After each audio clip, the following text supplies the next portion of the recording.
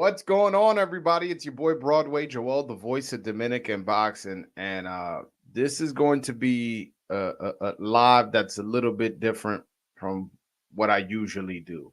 I usually don't get into too much deep into what's going on social media. I'll show something that's going on here and there, but I won't have a whole live discussing you know my opinion as to what somebody's doing on social media. But I think Shakur Stevenson's behavior the last, I want to say, 48 hours on Twitter specifically has been very, very different, has been very, very concerning. And I kind of wanted to touch base on what Shakur Stevenson is going through, what Shakur Stevenson is doing as far as this new persona that he's coming out with.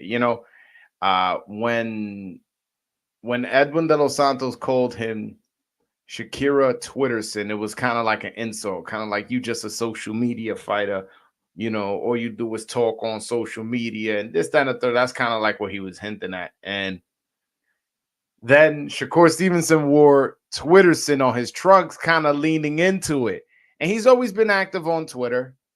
So I just figured he was just like, you know what? It's something that was bothering him when people will call him that he's going to lean into the joke to take away the power of it, which, to be fair, I don't think people were attacking him too much, but Shakur has seemed sensitive at times on social media. When somebody criticizes him, he tends to like want to show that he just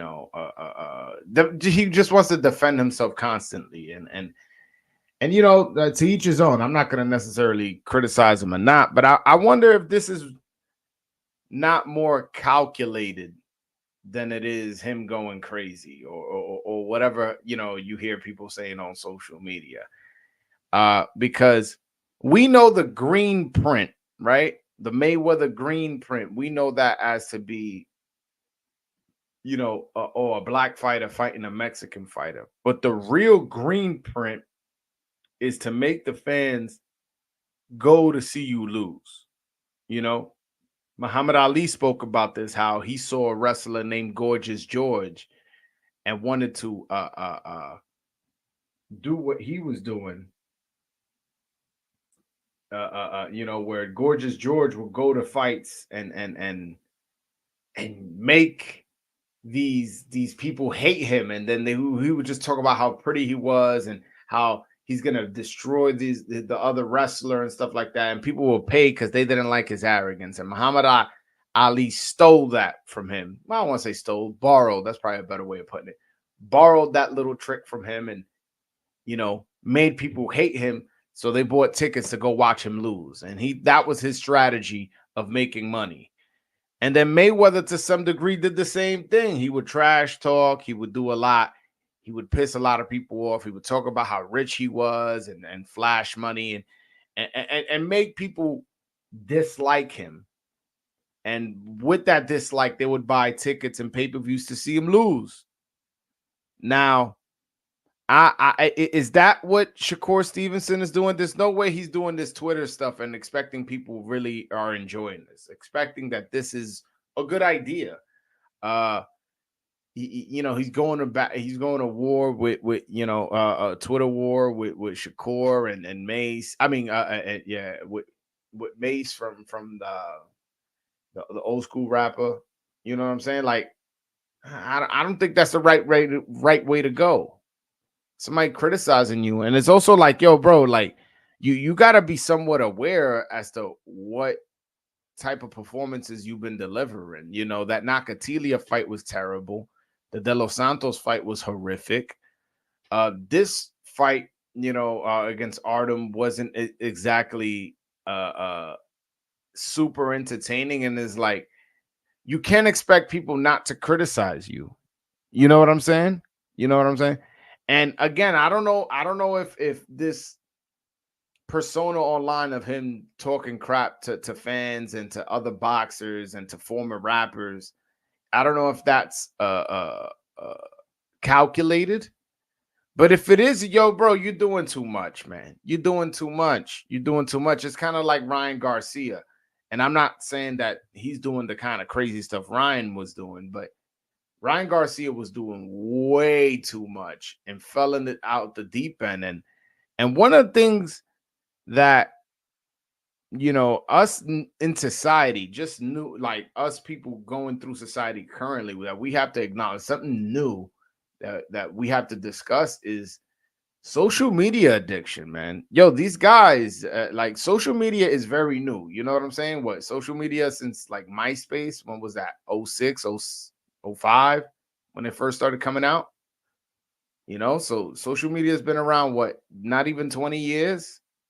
Let's call it 20 years. That's a short amount of time. So, and it used to be where you go only do it on your phone, on the computer. Now you could have it on your phone. So that adds a different layer to it.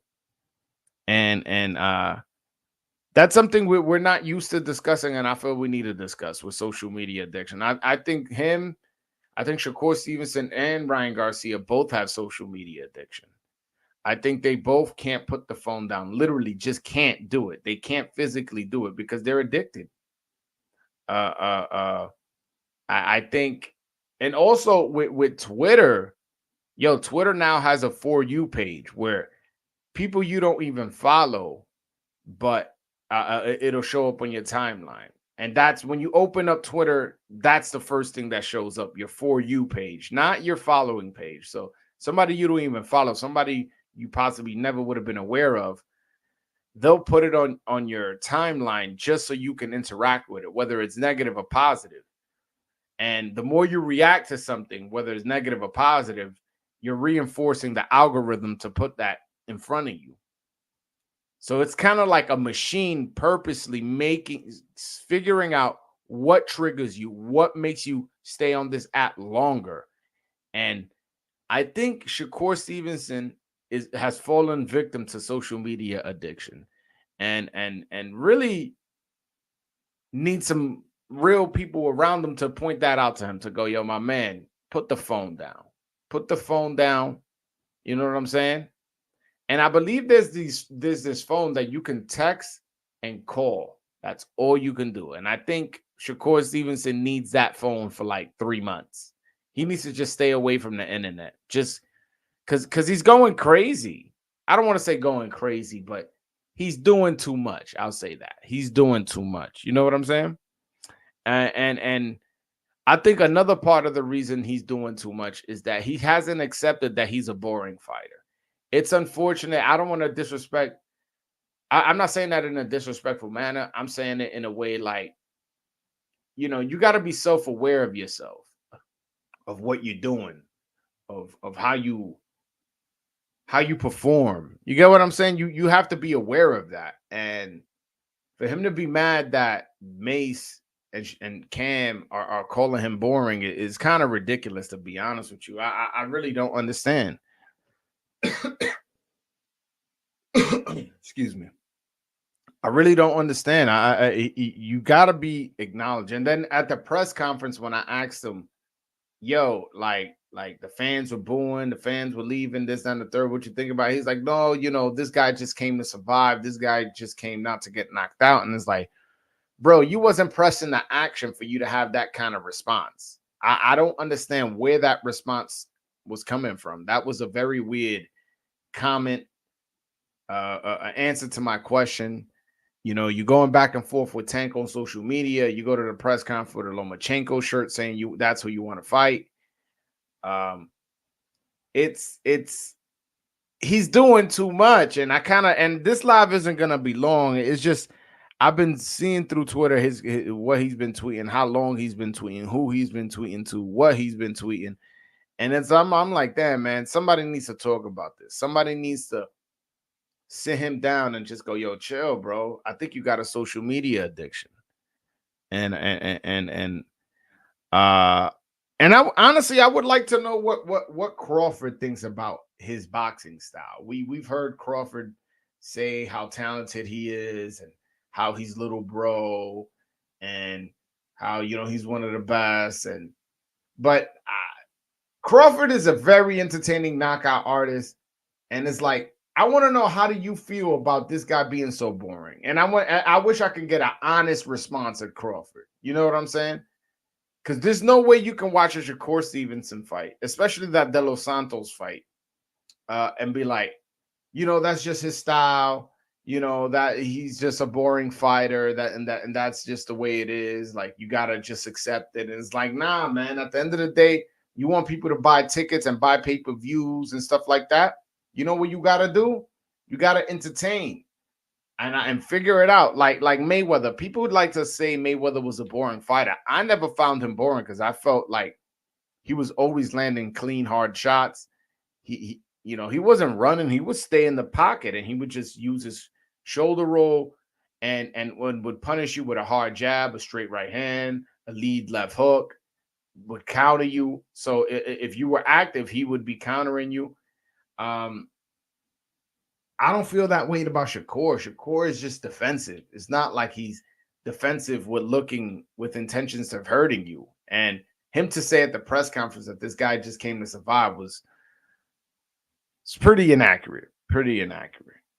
But honestly, I wonder where his stock is. Like, where is the stock of Shakur Stevenson? He is currently now a free agent. He's currently now a free agent. He is no longer with Top Rank. He easily right now could sign with Al Heyman in the PBC. He could sign with Oscar De La Hoya and Golden Boy, or Eddie Hearn and Matchroom. Easily right now, he could just do that, and he wouldn't be breaking any contractual agreements. So I want to know, who wants this guy? When in his last two fights, you've had people walking out. Where in his last two fights, you've had people booing. Where the response to him on Twitter hasn't been positive. Also, you also want to question his mental health. And I don't question his mental health. I question his mental addiction to Twitter. But I can't judge somebody if somebody's going to question his mental health with how he's been conducting himself on social media, to be honest with you. And I wonder where his stock is. And to be honest, the only fights I would want to see him in is William Zepeda, who's currently ranked number 1 in all 4 sanctioned bodies, including the WBC, where Shakur Stevenson has a belt. William Zepeda throws like 100 punches per round. It's super entertaining. Is a Mexican fighter, so you got that Mexican black green print. Although I already talked about what's the real green print, but you got that going on. That's the number 1 fight I want to see. The number 2 fight I would want to see is a rematch with De Los Santos. And the reason I say that, yes, the first fight was a horrific, boring fight. I know that. But De Los Santos was part to blame for that fight being boring. And I think him and his team realized that they came in with a terrible game plan, just a horrific game plan, and will not come in with that game plan if they rematch. They will understand that they need to let their hands go, that they need to learn how to work on the inside. It was like if Edwin didn't know how to fight on the inside, which was costing him dearly, because considering how the judges scored the fight, it looks like he would have got the decision had he fought more. But yeah, so those are the number 1 and 2, and then number 3 is move up to 140 and fight somebody there, whether it be Tia, whether it be Subriel Matias, or Puello, whoever. Fight somebody at 140. I don't want to see him fight with Tank. Why? Yo, bro, you were running against De Los Santos, scared to open up against Artem. You know what I'm saying? Talk about how hard Nakatilia hit. I'm not expecting you to open up and make a big fight with Tank when you consider how hard he punches and how he just knocked, Frank Martin basically out cold with 1 shot. Well, it was more than 1 shot. It was a combination, but still, like, violently is hurting guys. You know what I'm saying? I can't expect you to open up, and that's gonna be the fight where you show that you could take a shot and that you're willing to mix it up and that you're gonna entertain the fans. So I think with Williams Zepeda will force you to make you to put it in an entertaining fight, considering he throws 100 punches per round at times. Or the Los Santos, who I feel learn that you weren't so well. Shakur wasn't so on another level. So learn that Shakur wasn't super duper above him. I feel like he learned that in that fight, and I feel like his team learned that that was a terrible game plan they came in with. The game plan to outbox Shakur was just a horrific game plan, and I think they learned their lesson from there. And I think that if they fought a second time, it would be much entertaining, and the game plan will be much better. Whether Shakur Stevenson comes to run or not, I think Edwin de los Santos will make sure that the fight won't be as boring. At least I would hope so. You know, I would. That's the only thing you can hope for. And again, a move up to 140. If he moved up and fought Subriel Matias, that would be awesome. In New York City, Puerto Rico, you know, the Puerto Rican fans for Subriel, then the newer fans from you know for Shakur. I like that fight. I like that fight, and I know Subriel's coming off a loss, but so what? It's still an interesting fight. It's still a fight that would make you go, okay, let's see if Shakur is defense is as good as they say with this guy coming at him, you know, throwing 100 punches and throwing hard punches, and him being a 140 pounder, so he's bigger. But I like there's not much I want to see him. I like him and Lomachenko really doesn't do much for me, to be honest with you. This isn't the same Lomachenko that Teofimo beat. You know what I'm saying? This ain't even the same Lomachenko that Devin Haney beat. So I don't want to see that fight. Told you the only 3 fights I want to see him in is Zepeda de los Santos or somebody at 140. At 135, I don't want to see you with Tank, bro. I don't. I think you will do more damage to boxing than good. I think he would make that fight a big fight leading up to it with the talking, with the Twitter, with the social media, and Bud commenting on it, and Andre Ward commenting on it. And then it would lead up to a dud. And I think that does more bad than good to boxing. When you know, when you when you making a event be bigger than what you're gonna give the people. You get what I'm saying? Like you're gonna get people so hyped up. There's gonna be so much buzz. The barbershops are gonna be talking about it, and then when it shows up, you're gonna be running. And even if you decide like I'm not gonna run, I feel like after you feel that first punch from Tank, when Tank really cranks an overhand left and it lands, and let's just say you take it, good shot. I can't picture him going, all right, I'm gonna sit in the pocket. And even if you sit in the pocket and do defense and fight with him, I can't even see that. I really can't even see that, because I've seen, you know, Mayweather do that, stay in the pocket and boom, boom, and counter. You know, I've seen him do that. I haven't seen Shakur Stevenson do that, and I'm not sure he's capable of doing it, to be honest with you. I'm just not sure. I just don't think it's in his temperament. I don't think it's in his temperament to really focus and be conscious that what the fans want to see. And I know Andre Ward is, don't worry about the fans, they don't pay your bills, and at the end of the day, you know, you want to still be speaking when you're 30 and 40.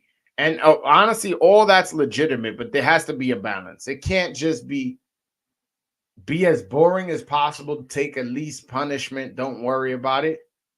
Worry about your money. Worry about yourself. Forget the fans. It has to be a balance. It has to be like, don't get hit as much. Don't be running around the whole time. Don't not engage when there's moments where you should be engaging. Don't be consciously thinking like, how can I hurt this guy the whole fight? It's almost like sometimes where Shakur was just like, all right, well, he's just not going to touch me. All I know is in that round, he barely touched me. I landed a couple shots. He barely touched me. That no boxing fan is going to sign up for that. No boxing fan is going to be like super happy that they saw a fight like that. And I'm just sorry, and I don't mean that to be a dick. I don't mean that to be like, oh, I hate Shakur, because I don't. I don't hate nobody. You know, I just want him to be aware that he possibly has a social media addiction. His lack of concern for entertainment in the ring is hurting his likability outside the ring. And also that we may be getting gamed right now. He may be on some, yeah, like, I'm doing this on purpose. I don't want people to like me. That's the green print. That's what Gorgeous George did. That's what Muhammad Ali did. And maybe he's seeing what Ryan is doing and thought that was a good idea. Who knows? And now that he's a free agent, he feels free. He feels like Top Rank can't hold him back anymore. Like, yeah, now I could tweet whatever I want. There was a couple times he tweeted some wild, disrespectful stuff to certain people and would delete it. You know what I'm saying?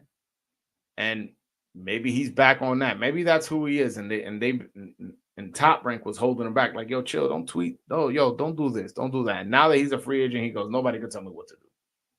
I'm my own man. And I don't think that's the right way to go about it, bro. I don't think that's the right way to go about it. And especially when you're not an entertaining fighter. If you was an entertaining fighter, if he was, I'm trying to think who like Inoue or Bud, you know what I'm saying? One of those really entertaining high level fighters, and he was annoying on Twitter, people will be like, yeah, but I don't know, man. Like, when I go to a fight, he delivers. He knocks motherfuckers out. He was, you know what I'm saying? He does what he's supposed to do. He entertains, and knocking out people is not the only way to entertain. You could land clean, hard punches, and if you could get away with not getting touched, like, for example, and I know the levels of opponent was different, but this is just an example of how you could be entertaining. Look up Dula Mason. Dula Mason wasn't taking a lot of punishment and was hurting the guy, landing shots. Now, if Shakur Stevenson was to do the same, even if he, because I don't think he has the power Dula Mason has, you just use your defense and land clean, hard shots throughout the fight. Whether you get the knockout or not is irrelevant. I think that's entertaining, and that's something he needs to be more conscious of. Also, I was at the fight. I wasn't there. People said that he wasn't listening to his grandfather, who's his trainer. Maybe he needs somebody else in his corner, somebody he respects more, to pull his ear and go, yo, my man, that's not how we do it here. You know, you're bringing your left hand down. Yo, all right, you making a miss, but you're not making them pay. All right, this round, I want you to really work that body. You know what I'm saying? Where, as opposed to his grandfather, where he feel like, yo, this is my grandfather. Like, like, apart from boxing, this is my grandfather talking to me. You know what I'm saying? Like, I can not listen to him. I could talk back. I could do this. Like, at the end of the day, that's my grandfather. He's going to love me. And he understands the way I am, as opposed to a trainer is just going to be like, yo, my man, why are you not doing that? Blah, blah, blah. And if the relationship ends there, what happens is, you know, this guy just moves on. I'm not your grandfather. Hold on. I got my man, Juan de lo mío. Yo, the people sensation, the Dominican voice, Broadway Joel. Man, you had a great week, first and foremost. Let me tell you, man, you've been pumping out content, giving us some great interviews, asking the hard questions. You came back with vengeance, my man. Well, thank you. Thank you. First of all, I'm really glad you're enjoying the content. And yeah, no, I'm putting in work. I'm trying to get the fans excited. I'm trying to get the fans as informed as possible. And you know, hopefully from there that turns into something. But what's up, my brother? Talk to me. Definitely not, man. I definitely wanted to talk to you. I believe you're spot on, brother. When it comes to I don't see why Tank Davis should make that Shakur fight right now. Nah. Joel, that fight would do more hurt to the sport than anything else. Because a bunch of casuals will come to see the fight just because they're hearing the hoopla to leave disappointed from the arena and say, I'm not coming back to watching another boxing event. Because that kid is not going to fight. He's not going to sit in no pocket and fight Tank. The thing is Javon Davis isn't necessarily a volume puncher either. He's somebody who doesn't really throw a lot of punches in the beginning, in the first 3-4 rounds, figures you out, then he starts opening up. So it's just naturally going to be a boring fight. And you're going to tell me this guy is going to fight Tank when he just fought De Los Santos and Artem all running around and defensive? Like, it's going to be a terrible, terrible fight. I don't want that just yet. He has to earn it. He has to earn it. He has to earn it from an entertainment perspective. I'm actually interested to see who the heck is going to pay him a minimum of more than $3 million per fight. I'm interested to see that with these last two performances. And the shame of it is becoming part of popular culture now. To this Shakur's boring style, it's becoming a meme now. Joel, it's becoming. Listen, Edwin De Los Santos might have just ruined Shakur Stevenson's career, bro. And that's in the sense that now this has become a meme. Everywhere you go, people are literally debating this now. Yo, he actually did become a meme. This is one moment in the Edwin De Los Santos fight where his back is literally turned, where it looks like he's literally running away. Literally running.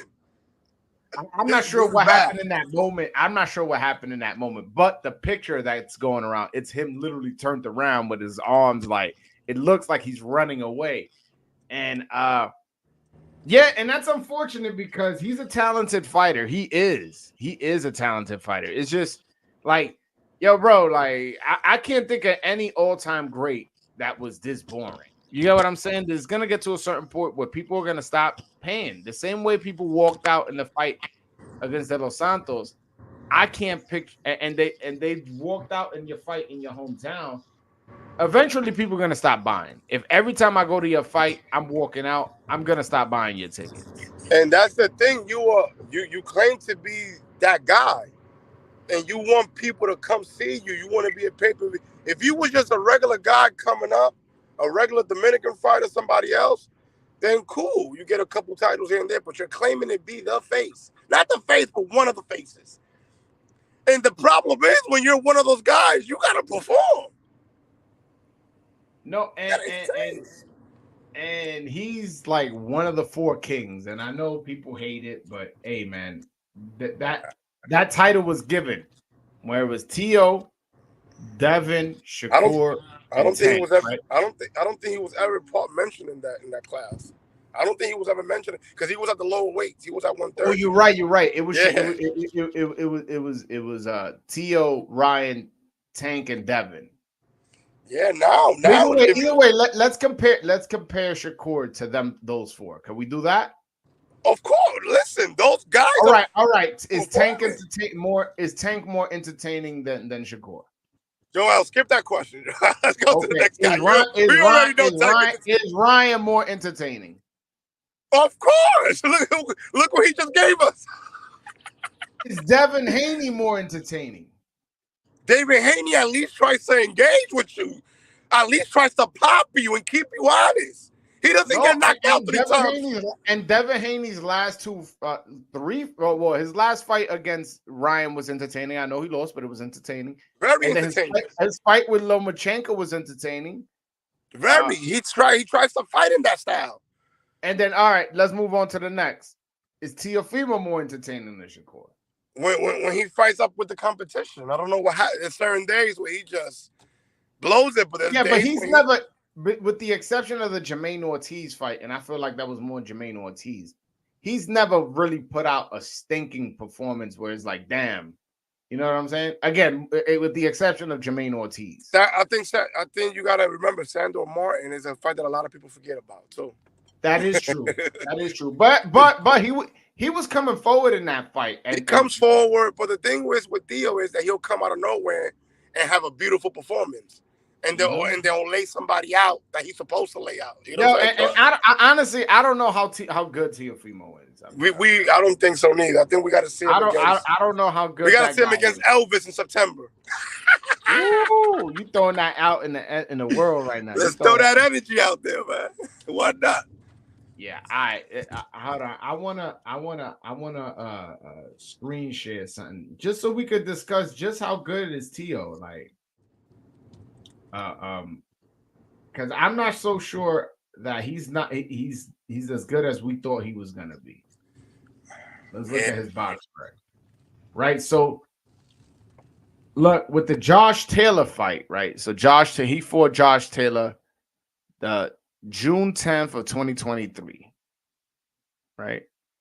So let's go to Josh Taylor's box, right?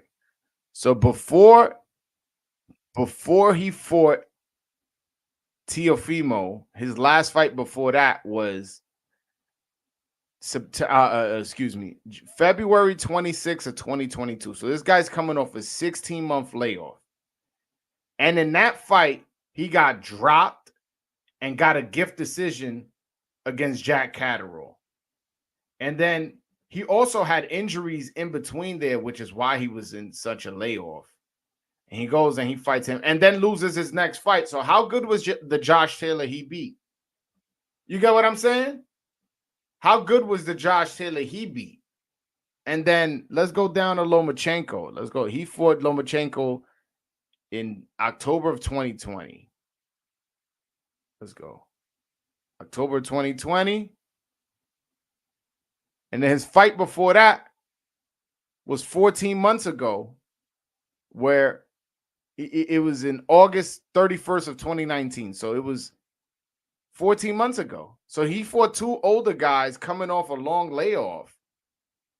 And in the case of Jack Catterall had just got a gift decision and then loses the next fight after he fights him. It was coming off 16 months, coming off plenty of injuries. I'm not sure Tio is as good as we thought he was going to be. When you add context to the wins, I think Puello would easily beat him. Yo, Juan, you there? I don't know what happened to Juan. But yo, what's up? You there? I'm sorry, you can hear me? Yeah, I can hear you now. I said we starting to realize, man, that a lot of these guys, man, once we start dissecting the resumes and looking at them for what it is, they've been heavily promoted to us. Yo, bro. Yo, like if we really want to keep it gangster, yo, Puello got a really good resume. Puello got one of the best resumes at 140. You can make the argument. You can make the argument right now that he's the second best 140 pounder. Two-time world champion at that class.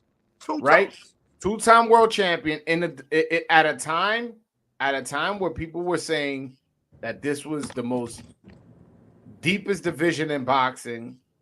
When he was an underdog against Batir Akhmadov, beat him. Was an underdog against Gary Antoine Russell, beat him. Two fights are now 140 want to fight. No 140 wants to take that as a mandatory because those guys are going to keep you fighting the whole 12 fights. You know how many people happy that they don't got to face Russell now? Joel? At 140? You know how many happy? Oh, man. No, and then look at the names that like potentially could be ahead of him, right? Subriel Matias just lost, so like he has to take a step back. And I think where you're beating Gary Antoine Russell will put him ahead of him. You got Devin Haney, who, although that loss got erased, you know, we can't unsee what we saw. We saw him getting dropped hard 3 times and lost a decision to Ryan. We saw that. You're not taking that out of my mind. Yeah, you're not taking that out of my mind. And honestly, I'm not even gonna rank Haney. I just want to see him come back and see how he comes back. And don't be surprised if he shies away from power his next couple of matchups. Remember, I told you that, Joel. He's gonna pick opponents. He's gonna pick opponents that don't have devastating knockout power. I'm telling you. So the only guy I could genuinely put in front of him is Teofimo because he's lineal. You still got to respect the lineal championship. And although I don't think Josh Taylor was at his best moments, man, you're not gonna have no lineal so, champion, man. so what I'm saying is Puello might just be the second best 140 pounder in a division where people saying this is the best division in boxing. Joel, Poirier's the best 140 pounder right now. I'm not believing the hype with Teofimo no more. Teofimo just fought a guy that no one knew and didn't look good beating him. Yeah, he struggled. Come on. Nobody's going to take that fight with Poirier. Hold on. I got you on camera. You think Poirier's the best 140 pounder active right now? I got him beating everybody except Polanco. So you got Polanco? You got Polanco being the best 140? Yeah, but you know what they're gonna do with Polanco. Yeah. But I'm not even gonna let you finish, bro. It's crossed my mind too. Polanco. It's crossed my mind too. Joel, what 140 speed in Polanco right now? In his style. I don't see. I can't see many people beating Polanco, to be honest with you. And maybe I'm just riding the hype, but I genuinely feel that way. It's a good hype to ride, man, because that guy looks durable, looks strong, fast combinations. Big as shit, too. Big 140. I heard it from the horse's mouth. Top Rank is very happy with him. Very happy with him. Yo, listen. Yo, but I'm gonna say this quick story, and then I gotta go because today was just a quick live. I just had to we gotta work today. Yeah. Nah, yo, listen to this. You know me, I got what 5,200 subscribers. I'm not like 5,200. I ain't much, right? Yeah. Nah, not much. Just guys with 100,000, whatever, and all that, you know. Yo, but at the Top Rank event, all the execs were stopping to talk to me. You got these dudes with 100, 200 subscribers, 200,000 subscribers. They came, they want to talk to me. And what they wanted to talk to me about was Rohan Palanco. And man, you was holding on to that one? You was holding on to that one. No. I said that to say this.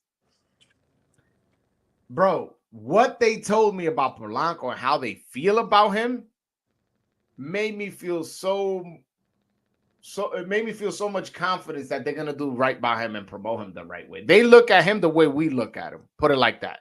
Thank God, man. Thank God. The same way you think about how good he is, that's how they think how good he is too. He should be on that double stamp list that Brawley has. He should be at least 2. Yeah, he has a number 3. No way you put Emiliano Vargas ahead of him. No way. Mason, I can see Mason ahead of him, and that's about it. And honestly, I don't know. What I'm saying is, I don't know who's better, Abdullah Mason or Rohan Palanka. I really Mason don't. has more flashier combinations, probably, but Polanco can give you the same thing. I don't see Polanco. Rohan got a better resume, but Rohan exactly a better resume. Yo, Rohan beat Cesar Francis, who was a tough fight. He beat easy. Oh, he fucked that dude up, bro. And Francis from Brooklyn, so I don't even want to be too hype on it because I got love for Francis. Me and him, we used to train in the same gym. But the truth is the truth. He got his ass whooped. But Joel, Hunter has to have the bigger platform. That's the problem. He has had the biggest stage. Yeah, that's the only thing. And he's from a bigger country. You know what I'm saying? He's from America. And now, when you start giving Polanco that ESPN time, let's see if Polanco was from Brooklyn or from Miami or Houston, I think a lot more people will be aware of him. I think a lot more people will be as high on him as we are. But he's not. He's from DR. He's going to have to earn it the hard way. But what I'm glad about it is he's at this level of talent. He only got 12 fights, bro. And he's getting the fan base that excited. I tell you right now, if they got him fighting against any of these top prospects, it should not be on ESPN Plus. It should be on ESPN. I want him to fight Tiger Johnson so bad, man. You have no idea how bad I want that fight. Oh, and if he doesn't want the fight, although I interviewed Tiger Johnson, I still haven't put it out. I'll put it out maybe tonight. If he doesn't fight him, I want to see him fight Lindolfo Delgado. I don't want to see him fight. You got that interview? I got an interview with Tiger Johnson. Oh, yes, man, you was quiet with that one. I got a fully loaded clip here with interviews and all that. You know what I'm saying? Did he recognize you? Did he recognize you? He did not recognize. Oh, and if he did, he didn't like let me know he recognized. If he recognized, because I'm like, yo, I know this is the voice of the Dominican boxing. Did you ask him about? He might have. I don't know. Did you ask him about Palanca? I did. Oh, Yo, but bro, you gotta wait till the video drop. You gotta wait. You gotta put that out, man. Come on, bro. You gotta. I'm gonna send you a super chat, man, just to put that out. Nah, but yo, Juan, I appreciate you, man. The camera's not working for me. I don't know what's going on for a while. What's that? The camera hasn't been working on the Safari. I gotta see what's going on from now on. I think it happened with a couple of your guests too as well, where they try to go on the camera and then for some reason. But when I interview people, when I've been interviewing people, they've been able. I'm gonna check what's going on with my settings. Brother, it's a pleasure. You gotta allow access to the camera. That's probably what it is. Thank you for the time, brother. No, tato me, content, we appreciate it. Yeah, and then the support's appreciated. So I appreciate you watching, man. With that though. But no, fellas, this was a quick live. I just wanted to go a quick live, talk about this Shakur Stevenson stuff, and we always end up talking Dominican boxing here. So we'll leave on that. We'll leave on talking about Rohan Palanka. But yeah, man, Shakur, man, social media addiction is a real thing, and I think you have that, and I want you to check that out. Yo, fellas, I appreciate you guys. Till next time. Peace.